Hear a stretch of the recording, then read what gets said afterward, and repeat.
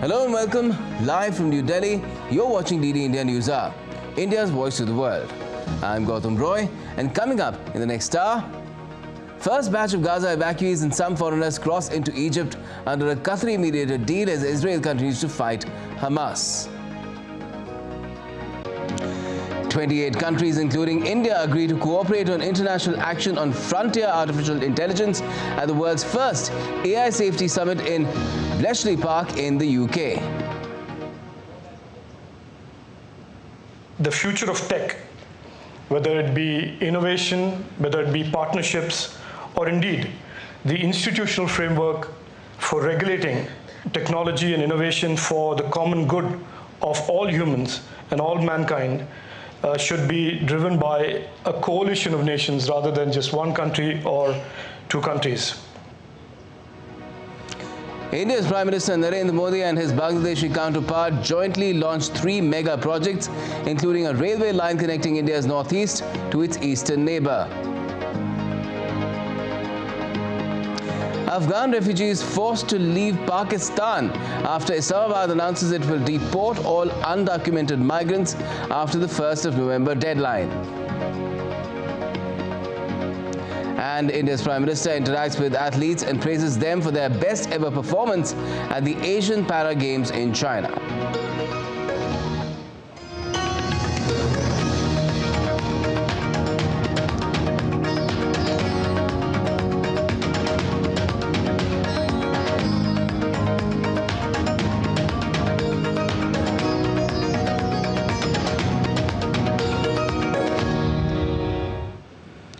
For the first time after the 7th of October Hamas attack into Israel, which unleashed a fiery counter-offensive, a batch of Gaza evacuees, including some foreigners, have crossed into Egypt with the reopening of the Rafah border crossing.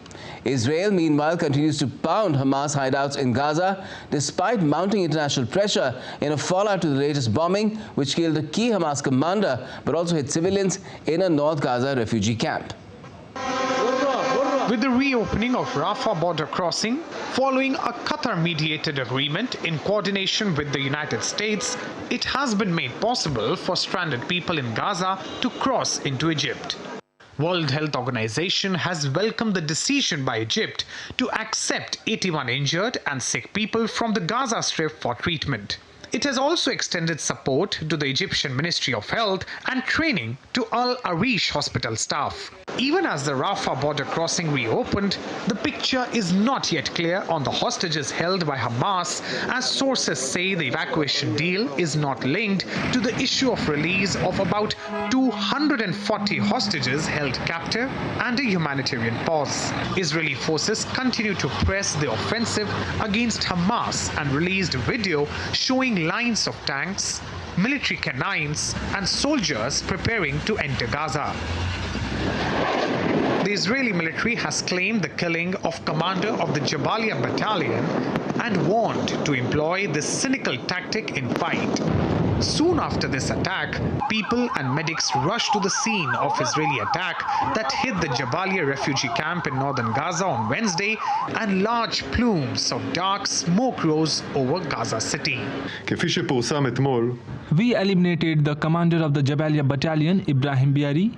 He was a murderous terrorist who was also responsible for a significant area from which the terrorists left to the massacre of October 7th. Striking him caused the collapse of the building and of underground infrastructure of tunnels that was under the camp and caused the further collapse of additional structures. However, some leaders have expressed dismay over Israeli military's action. Taking to X, European Union's top diplomat Josep Borrell said, and I quote, "Building on EU Council's clear stance that Israel has the right to defend itself in line with international humanitarian law and ensuring the protection of all civilians, I'm appalled by the high number of casualties following the bombing by Israel of the Jabalia refugee camp."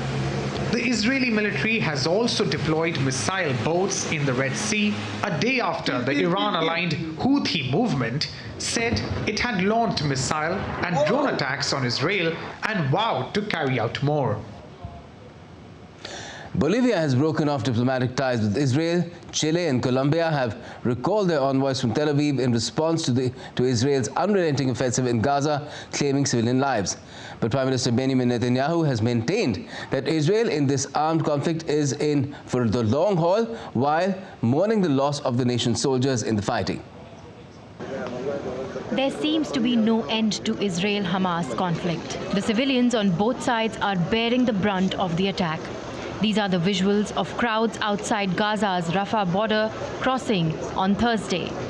An agreement was brokered that would allow the movement of foreign passport holders and some critically injured people into Egypt, reportedly.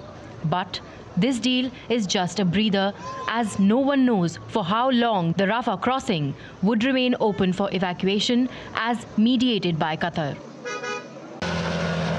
Israeli President Benjamin Netanyahu has announced that Israel's war in Gaza would be long but victorious. He also mourned mounting military losses. We are in a tough war. It will be a long war. We have had significant achievements, but also painful losses. On the international side, US President Joe Biden and Jordan's King Abdullah discussed their shared commitment to increasing aid to civilians in Gaza during the Israel-Hamas conflict.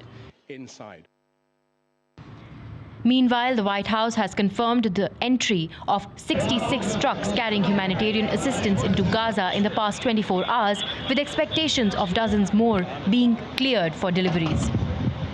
So today I'm pleased to say that another 66 trucks got into Gaza over the last 24 hours with life-saving humanitarian assistance, including food, water, and medicine. In response to Israel's attack, Bolivia has broken its diplomatic relations with Israel and accused the nation of committing crimes against humanity in its relentless attacks on the Gaza Strip. Based on its principled stance of respect towards life, Bolivia has decided to break diplomatic relations with the Israeli state in repudiation and condemnation of the aggressive and disproportionate Israeli military offensive taking place in the Gaza Strip, which threatens international peace and security. Expressing their deep concern, both Chile and Colombia have recalled their ambassadors from Israel. The presidents of these nations have taken to social media to denounce Israel's attack, terming it as unacceptable. The US Secretary of State, Antony Blinken, is scheduled to visit Israel on Friday. During his visit, he plans to hold meetings with members of the Israeli government, indicating the United States' engagement in the ongoing situation. Now, Japan's new foreign minister is set to begin her first trip to the Middle East on Thursday as Israel continues to attack Gaza with missiles. Yoko Kamikawa will visit Israel and Jordan for 4 days ahead of hosting a G7 foreign ministers summit in Japan next week. Chris Gilbert reports from Tokyo. Well, this is a significant trip for Yoko Kamikawa. It is her first to the Middle East, and she became Japan's foreign minister just a month or so ago. It comes as Japan newly offers $10 million in humanitarian aid, emergency relief to the Gaza Strip.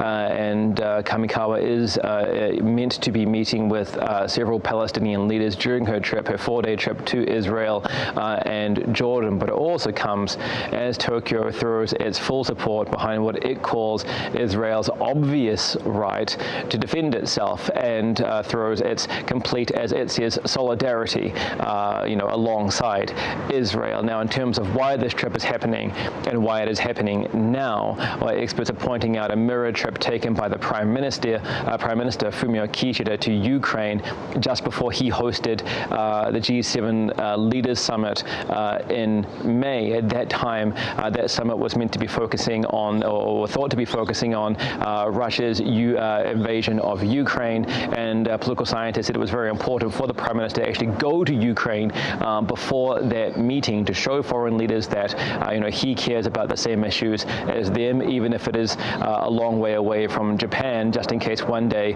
he needs to call on their support for any conflict that may erupt in the Indo-Pacific.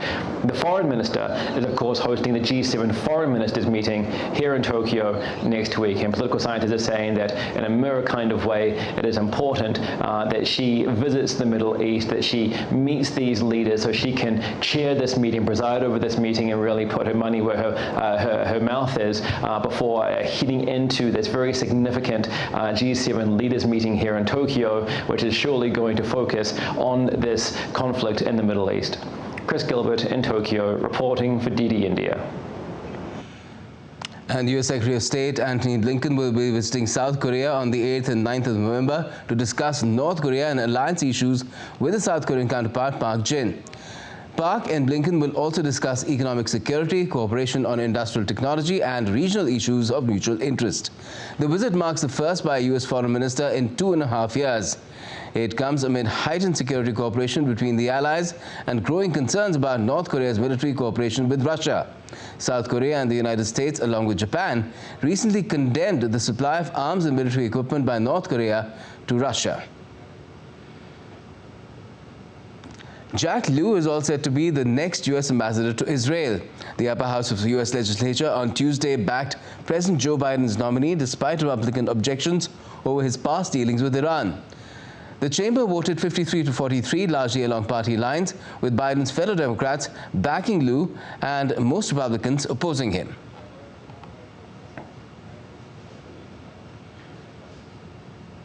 The White House says it hopes President Joe Biden will have a constructive meeting when he meets Chinese President Xi Jinping later this month. It will be the first time in a year the leaders of the two superpowers have met face-to-face. Nick Harper reports from Washington, D.C. Well, the White House has now confirmed what has long been expected, that these two presidents will meet in San Francisco later this month. They're both attending the Asia-Pacific Economic Cooperation Forum, or APEC, in the Californian city in mid-November. Now, it's still not clear what form the meeting will take, whether it'll be a brief chat on the sidelines of the summit, or perhaps something more substantial, like a larger, more formal meeting with an entourage of top officials also attending. The Biden administration says that those details still need to be finalized. It all comes off the back of a visit by Chinese Foreign Minister Wang Yi to Washington last week, where he met the National Security Advisor Jake Sullivan and the Secretary of State Antony Blinken. White House Press Secretary Karine Jean-Pierre said that President Biden is looking forward to the meeting with President Xi, a meeting that she said would be constructive. She also said that she expected there would be intense diplomacy to match what she said was the intense competition between the two countries. Biden has long stressed the importance of these in-person meetings. He puts a premium on those face-to-face get-togethers. He really says it is the best way to keep communication open with China. Relations between Washington and Beijing, though, hit a low point back in February when the US shot down a Chinese spy balloon that had spent several days flying over North America. Since then, there's been a flurry of visits on both sides, with Antony Blinken visiting Beijing, along with separate visits by Treasury Secretary Janet Yellen, Commerce Secretary Gina Raimondo, and Climate Envoy John Kerry. Nick Harper in Washington, reporting for DD India. All right, still to come up on DD India News are 140,000 Afghan refugees forced to return after Pakistan starts rounding them up close to its Wednesday midnight deadline to either leave the country or be thrown out. 28 countries, including India, agreed to cooperate on international action on frontier artificial intelligence at the world's first AI Safety Summit.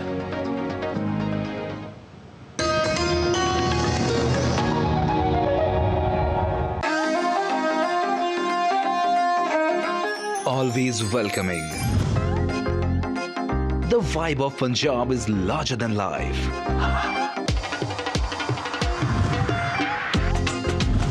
Warm up to grandeur that's beyond compare.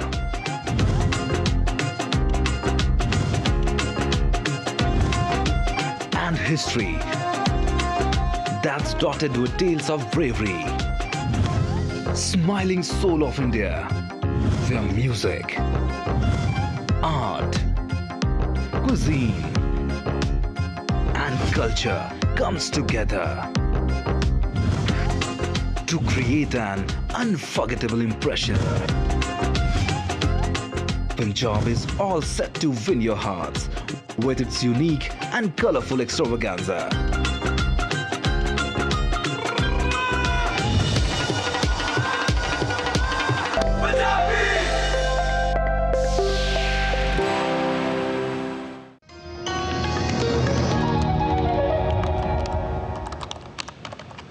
Welcome back. You're watching DD India News Hour. I'm Gautam Roy.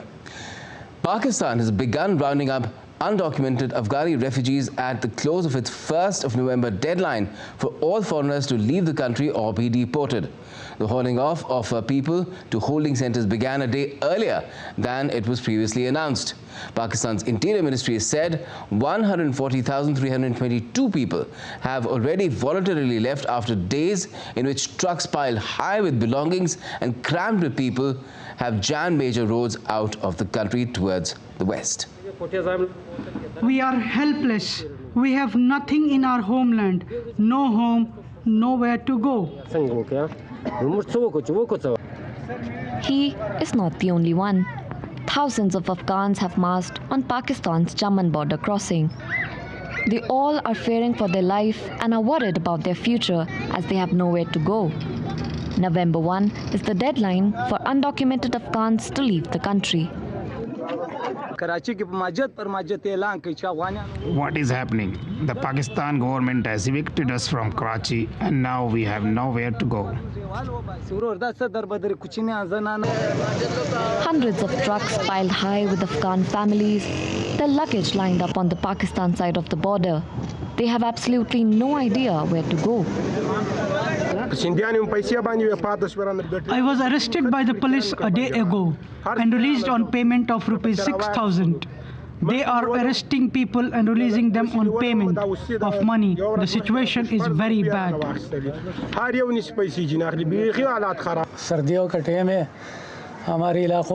6 months are so cold that the God knows where these kids will bear it. Our house there is also broken. We don't have any rooms where we can live, and living in a tent in winter will be very difficult.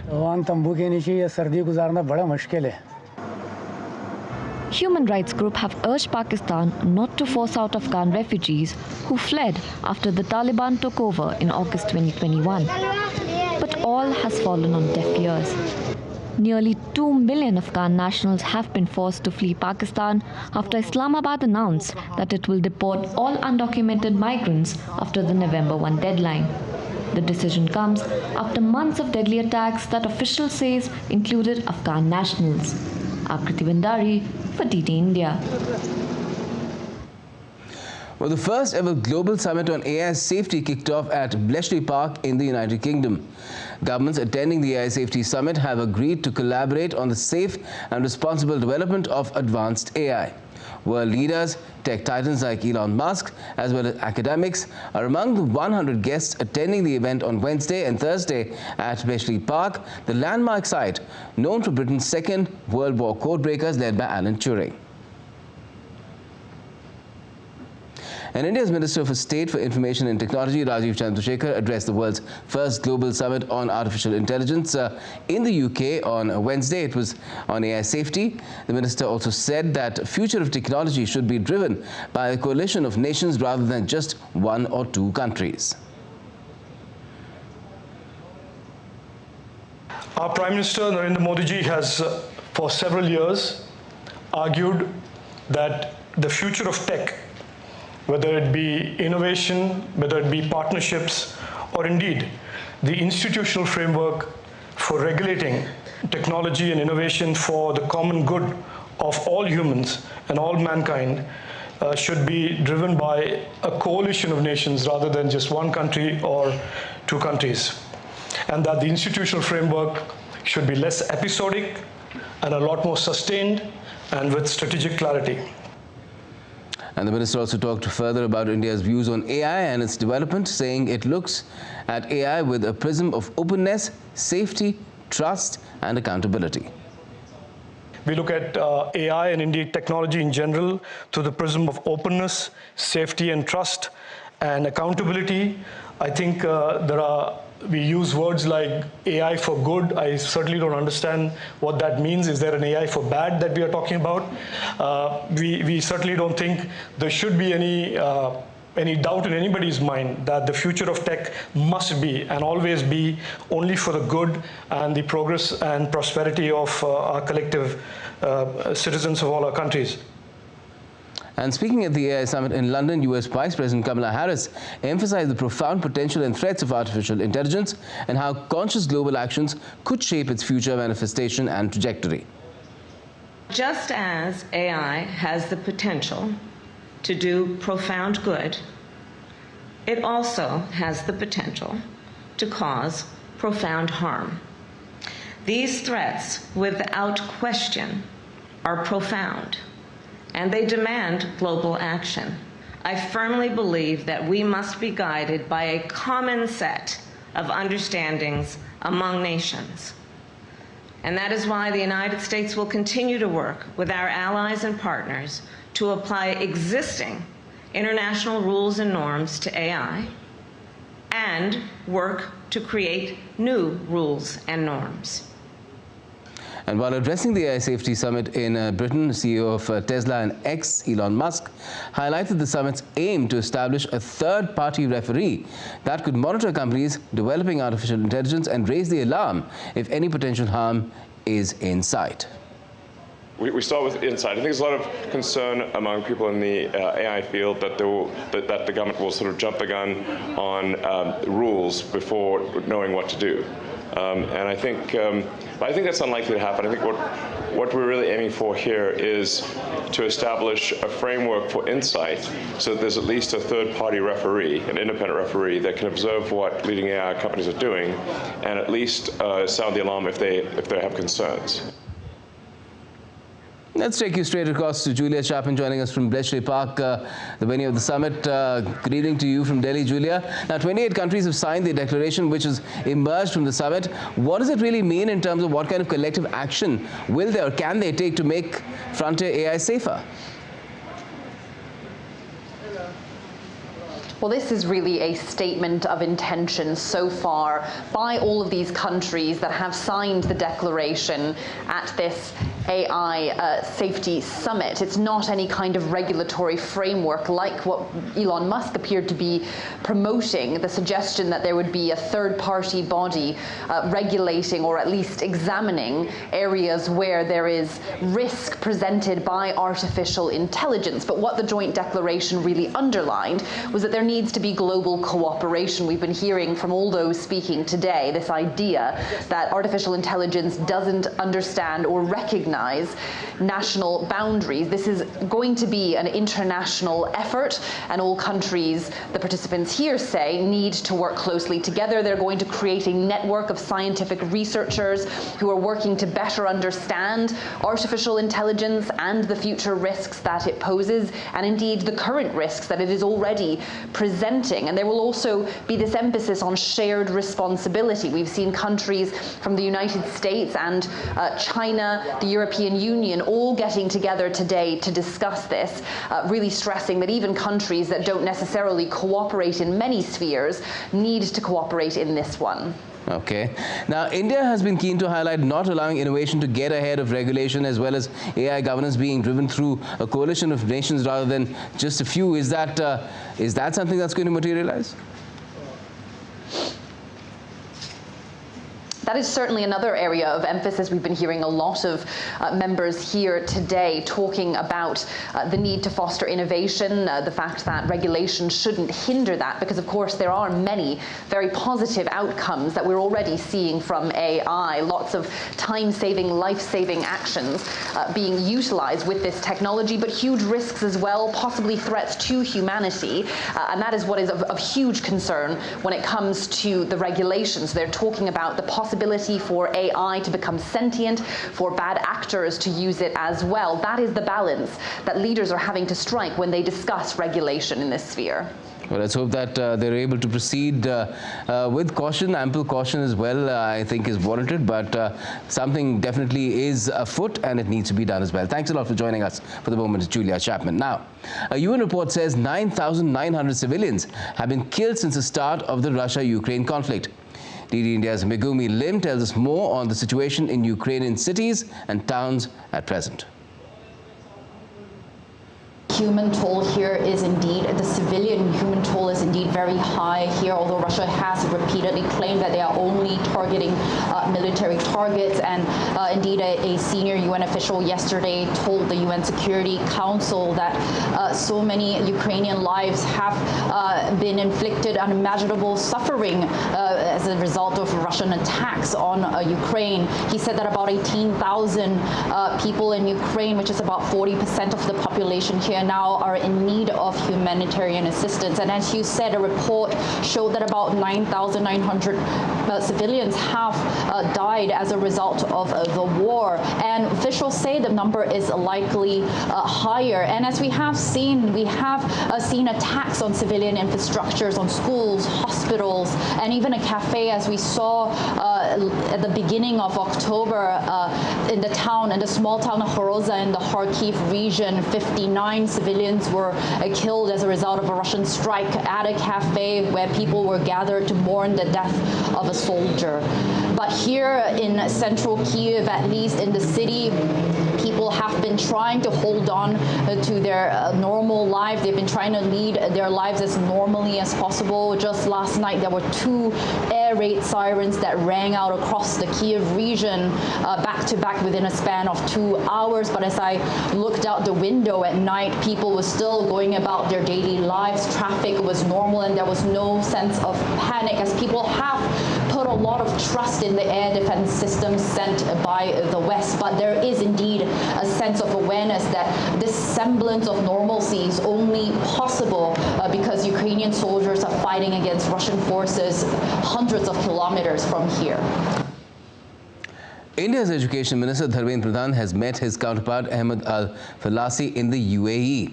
The two leaders had discussions on the importance of strengthening cooperation in the field of education, and an MOU was signed to strengthen the existing education cooperation between India and the UAE.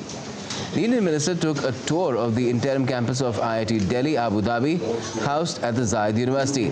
It's a testament to the common vision and priorities of the leadership of both the countries.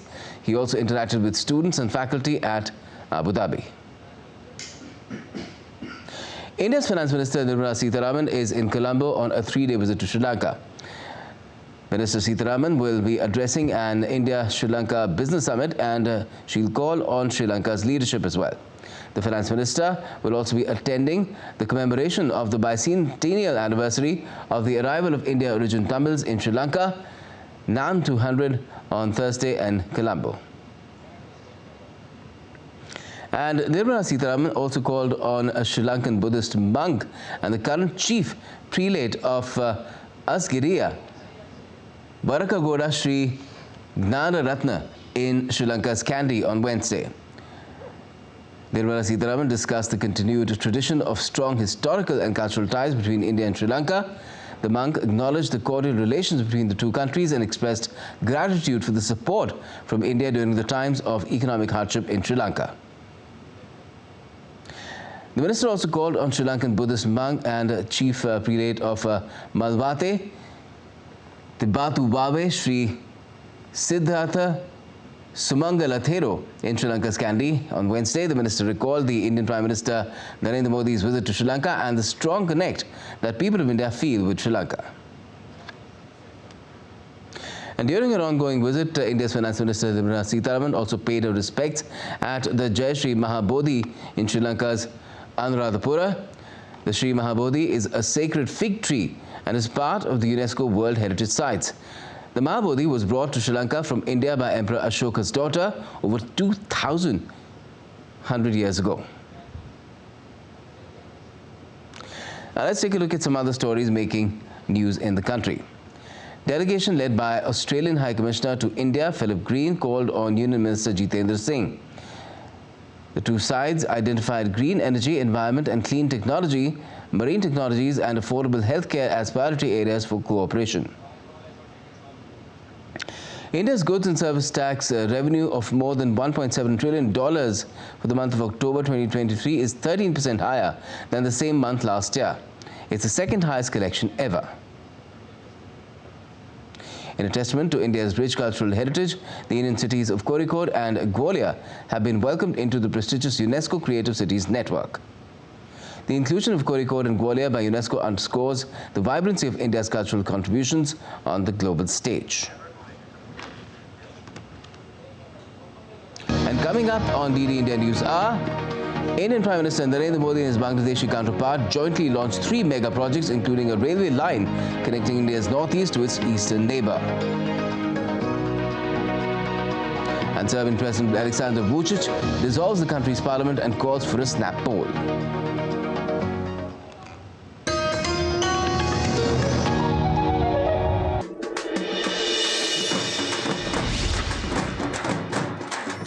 Namaskaram from Telangana, India's youngest state, a rising star.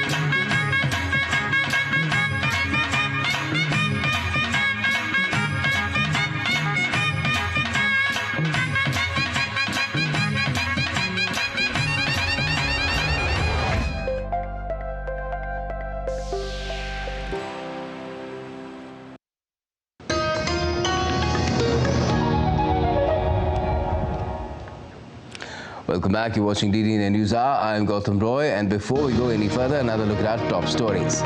First batch of Gaza evacuees and some foreigners cross into Egypt under a Qatari-mediated deal as Israel continues to fight Hamas. 28 countries, including India, agree to cooperate on international action on frontier artificial intelligence at the world's first AI safety summit in Bletchley Park in the UK. And India's Prime Minister Narendra Modi and his Bangladeshi counterpart jointly launched 3 mega projects, including a railway line connecting India's northeast to its eastern neighbor.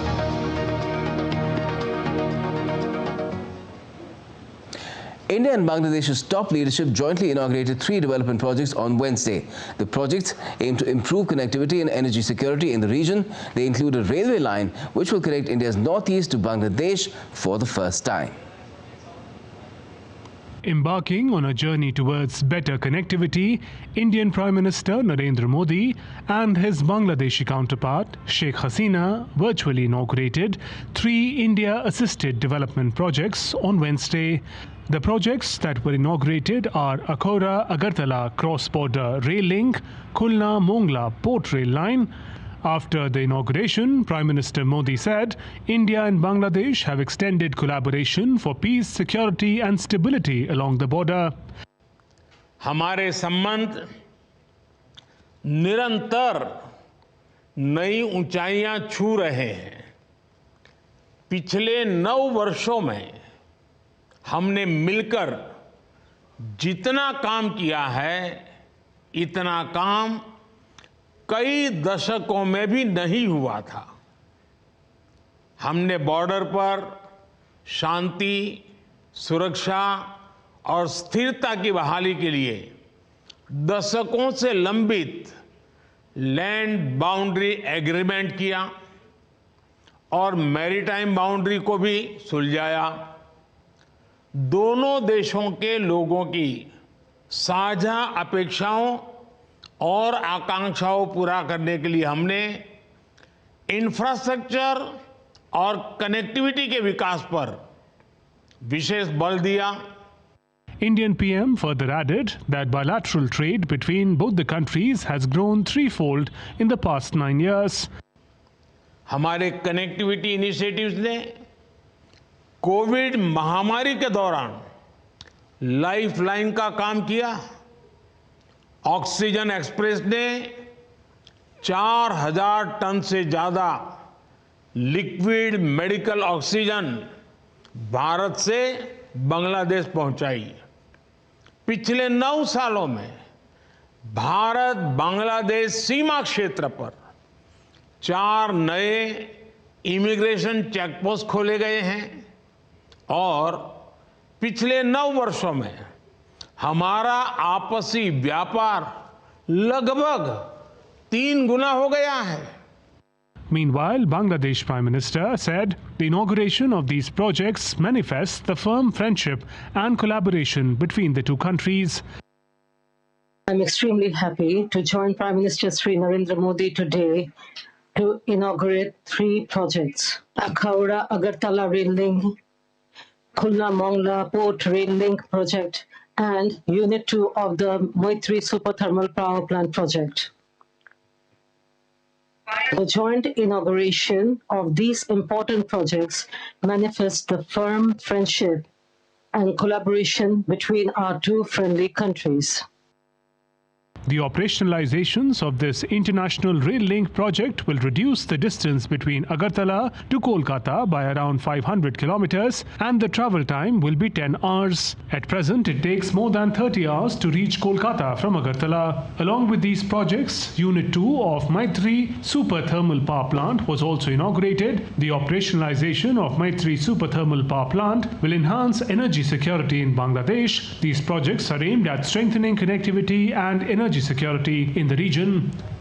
Kunal Shinde's report for DD India. Let me now bring in our expert guest for the evening on this subject itself. Pinak Ranjan Chakravarti, former Indian ambassador to Bangladesh and former Secretary MEAE, also joins us from Delhi over a web link. Good evening to you, Ambassador. What do you make of this latest, energy as well as connectivity, both in the mix in these 3 mega projects that have been launched by both the Prime Ministers? To what extent does this further the cause of India and Bangladesh together? Well, it's obvious that these connectivities are going to add to our, strengthen our ties. I mean, we were connected at one time before independence. I mean, so I think the whole idea of connectivity really stems from the fact that connectivity corridors create economic impulses for trade, for economic investment, movement of people, etc. And the other factor is that to reduce the, to facilitate trade, you have to reduce costs. And railways and waterways are some of the cheapest modes of moving goods from one place to another. Apart from the fact that I believe that most of the railway connectivity projects are basically meant for goods and not really movement of people at the moment. But I think that will follow later.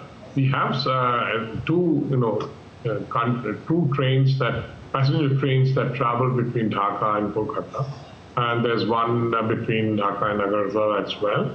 So I believe that these connectivities are very, very important for our bilateral relations, because, as Prime Minister said, that trade has gone up several-fold.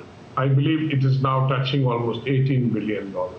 Bangladesh is India's largest trading partner in South Asia, and I think these connectivities are going to help further that trade.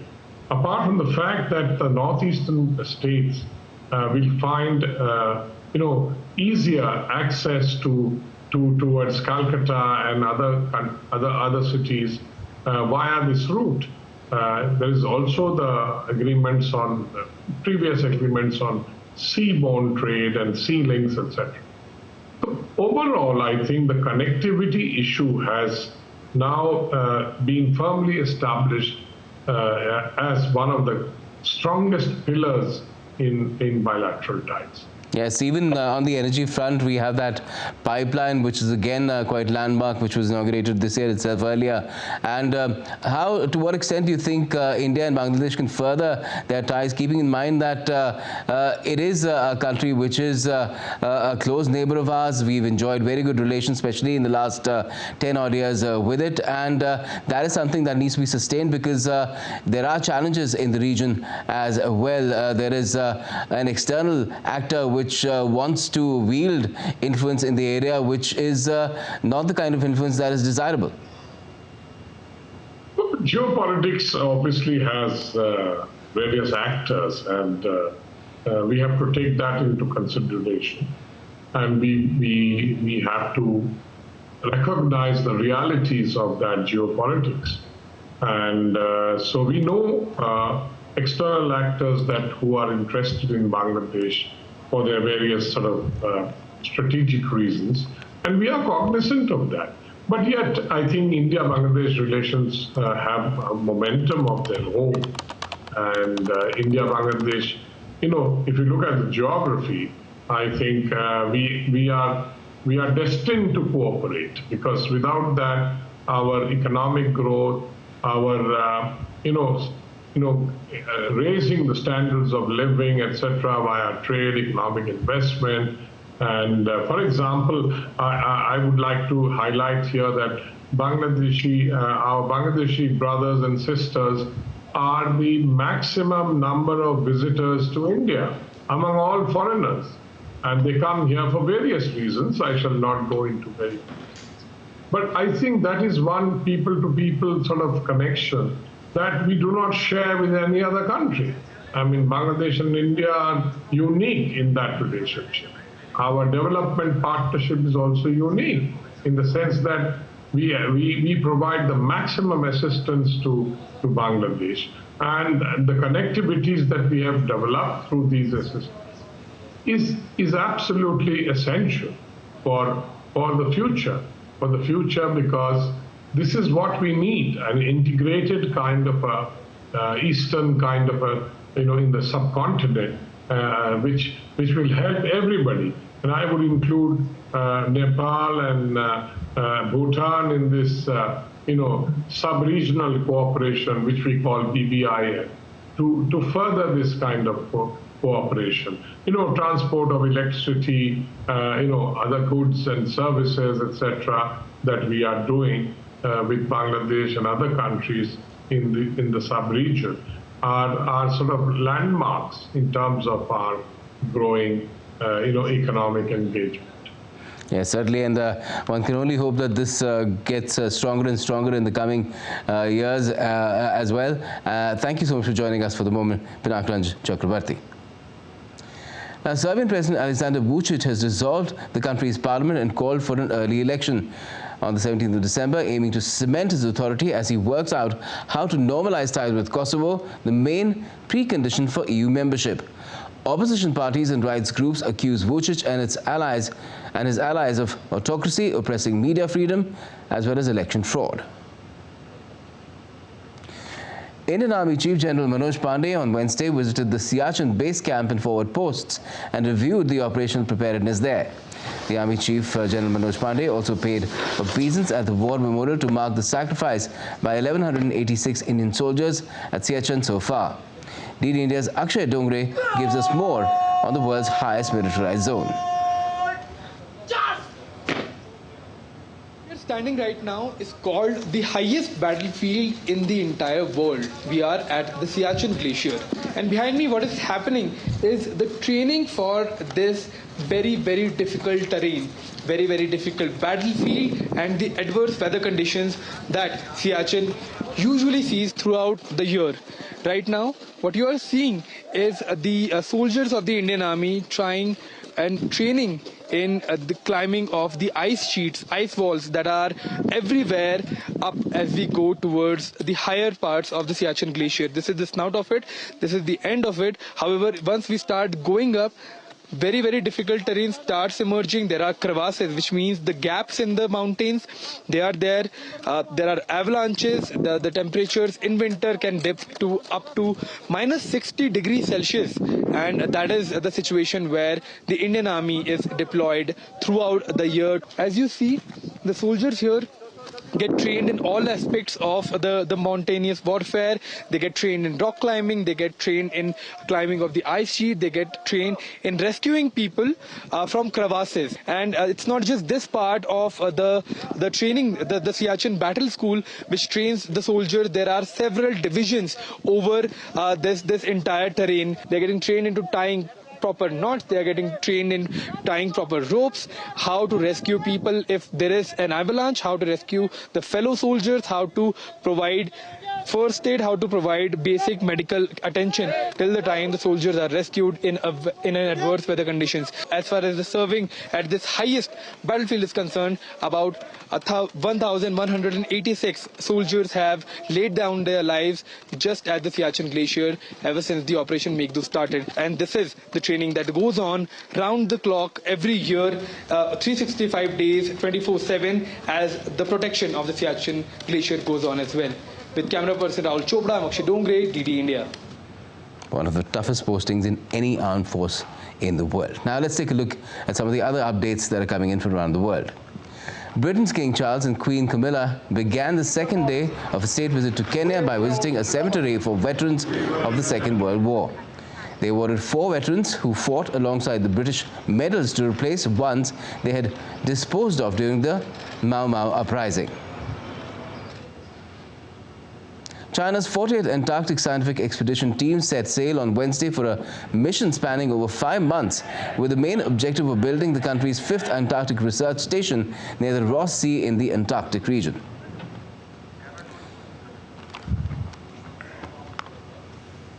And still to come up on DD India News Hour, India's Prime Minister Modi engages with and lauds the athletes who garnered their best ever medals haul at the recently wrapped up Asian Para Games in China. And an unbeaten India in 6 matches so far is ready to take on the Lankan Tigers at the Wankhede Stadium in Mumbai in the Cricket World Cup on Thursday.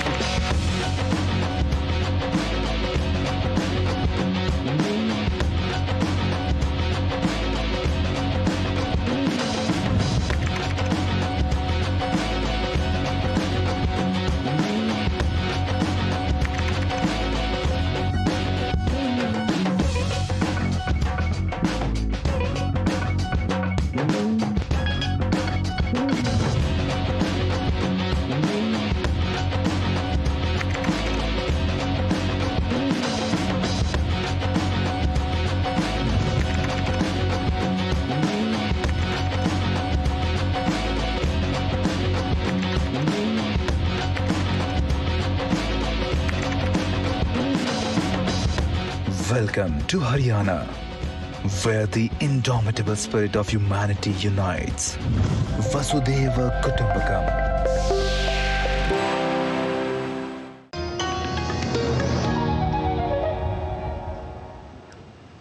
Welcome back. You're watching DD India News Hour. I'm Gautam Roy. Now, India can add some more countries to its crude oil import strategy or mix for its energy security. According to reports, India may consider importing crude oil from the Venezuelan market at concessional rates. There's a decrease in oil imported from Russia in the month of October, and there's volatility in the crude oil market as well.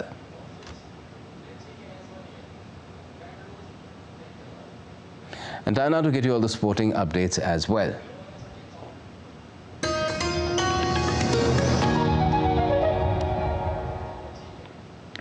Well, India's Prime Minister Narendra Modi met with and honoured the Indian para-athlete contingent at New Delhi's Major Dhyan Chand Stadium following their outstanding achievements at the Asian Para Games.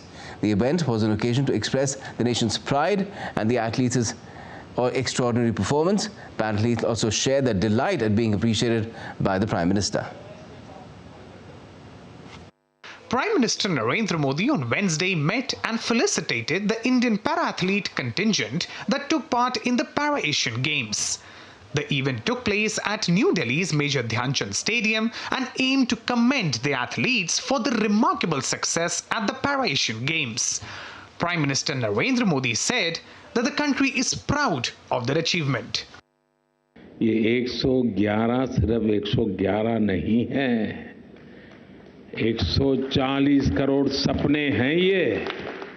2014 में Asian पारा games में भारत ने जितने medal जीते थे, ये उससे भी 3 गुना ज्यादा है। 2014 की अपेक्षा हमें इस बार लगभग 10 गुना ज्यादा गोल्ड मेडल्स मिले हैं, 10 टाइम मोर। 2014 में हम ओवरऑल परफॉर्मेंस के 15वें स्थान पर थे, लेकिन आप सबने इस बार देश को टॉप 5 में ला करके रख दिया है। PM Modi had a candid interaction with the Paralympics medalists and asked them about their journey, struggles and how they defeated adversity to become successful athletes for the nation. Para-athletes also asserted how appreciation after the victory serves as a huge motivation and pushes them to do even better in the future. PM Modi also said that this government's approach is athlete-centric and government is spending crores of rupees on a single athlete. जब सरकार और नीतियां बनाने वाले जमीन से जुड़े होते हैं, जब सरकार खिलाड़ियों के हित के प्रति संवेदनशील होती है, जब सरकार खिलाड़ियों के संघर्ष, उनके सपनों को समझती है, तो इसका सीधा प्रभाव सरकार की नीतियों में भी दिखाई देता है, अप्रोच में भी दिखाता है। देश में बेहतरीन खिलाड़ी पहले भी थे, लेकिन उन्हें सपोर्ट करने वाली नीतियां नहीं थी। सरकार की अप्रोच अब एथलेट सेंट्रिक हो है। सरकार अब एथलेट्स के सामने से ऑब्स्टेकल्स दूर कर रही है, अपॉर्चुनिटीज बना रही है। India's para-athletes scripted history at the Para-Asian Games in Hangzhou, securing an unprecedented 111 medals, including 29 golds. This achievement marked India's most substantial medal tally ever in any major multi-sport event, surpassing the 107 medals earned at the recent Asian Games held in the same Chinese city. India's para-athletes have showcased their dedication and excellence on the global stage, and their triumphs are celebrated as an inspiration to all. Narayan Singh's report for DD India. And now an update from the ongoing Cricket World Cup. South Africa thrashed New Zealand by 190 runs in the ICC Cricket World Cup 2023 in Pune on Wednesday. Fiery centuries from Rassie van der Dusen and Quinton de Kock, followed by a 4-wicket haul from Keshav Maharaj, helped the Proteas register their 6th win in the World Cup. Chasing 358, New Zealand kept on losing wickets at regular intervals as Maharaj took 4 while Marco Jansen scalped 3. For New Zealand, Glenn Phillips scored 60 and emerged as the highest scorer. Earlier, Rassie and de Kock scored 133 and 114 runs respectively. This was New Zealand's 3rd consecutive defeat in the ongoing tournament. And India will square off with Sri Lanka in the ICC World Cup match on Thursday in Mumbai. A win will ensure that India leaps into the knockout phase. India has remained undefeated in the tournament, winning all its 6 matches so far. On the other hand, Sri Lanka have lost 4 of their 6 matches. India and Sri Lanka have clashed with each other 9 times in the ICC Cricket World Cup. Each team has won 4 matches while 1 game yielded no result. Get ready for an epic showdown as two cricketing giants, India and Sri Lanka, lock horns at the iconic Wankhede Stadium in Mumbai.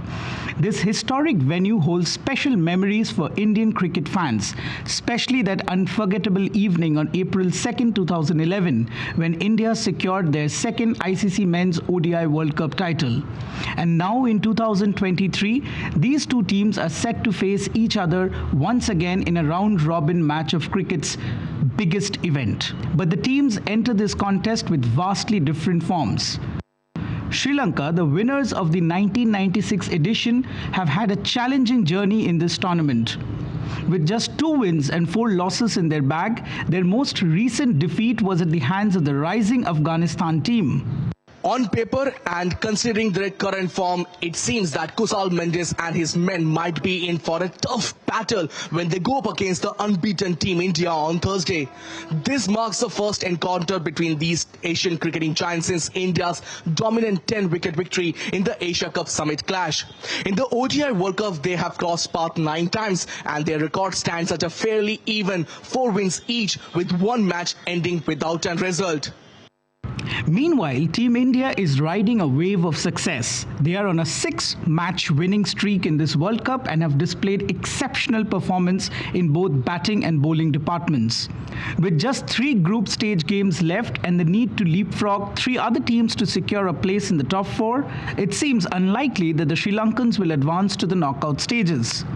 But in this game of uncertainties, players like Sadira and Dilshan Madhushanka are having excellent campaigns and might aim to hand the world #1 side their first defeat in the competition. Men in Blue are determined to continue their winning streak and are just 1 win away from securing their place in the Final 4. So come Thursday, get ready for this thrilling encounter at the Wankhede Stadium as these two cricketing giants battle it out on the same hallowed ground where history was made in 2011. Will India keep their winning juggernaut going, or will Sri Lanka pull off a miracle? It's a clash you don't want to miss. With camera person Bhim, this is Taposh Bhattacharya for DD India from Wankhede Stadium, Mumbai. And that's all we have in this edition of DD India News Hour, but do let us know your thoughts on the news of the day. You can connect with us on Facebook, X, formerly Twitter, and Instagram. We'll be back with more news and updates as they break here on DD India. I'm Gautam Roy, and from all of us here in Delhi, thanks for watching DD India News Hour.